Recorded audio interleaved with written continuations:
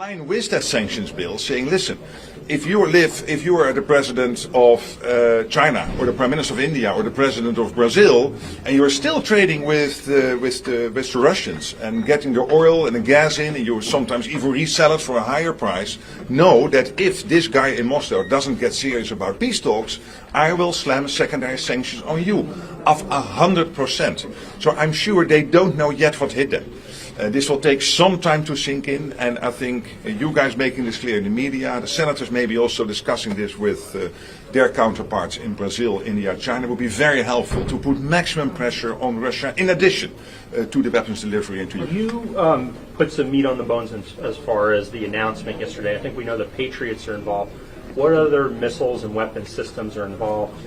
How would it function? What countries are involved? Well, first of all, this is an ongoing process. This is not just one package. So what NATO is good at is, together with the Ukrainians, through our command in Wiesbaden, to design packages which are maximum useful for Ukraine when it comes to air defense, when it comes to ammunition, when it comes to missiles.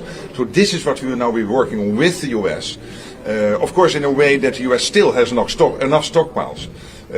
For you to be able to defend yourselves, but also to massively make sure that Ukraine has what it needs. And this is also sending a strong signal to Moscow and to Vladimir Putin that he has got to take these peace talks seriously and get out this historian talking about history since 1250 and send a serious team to Istanbul. Next question. Right here. When will the first Patriot batteries arrive in Ukraine, and where are they coming from? Yesterday we have seen Boris Pistorius here, the German defense minister, discussing this with Pete Hegseth. So they are working through all these details. Many Patriot systems have been delivered into Ukraine.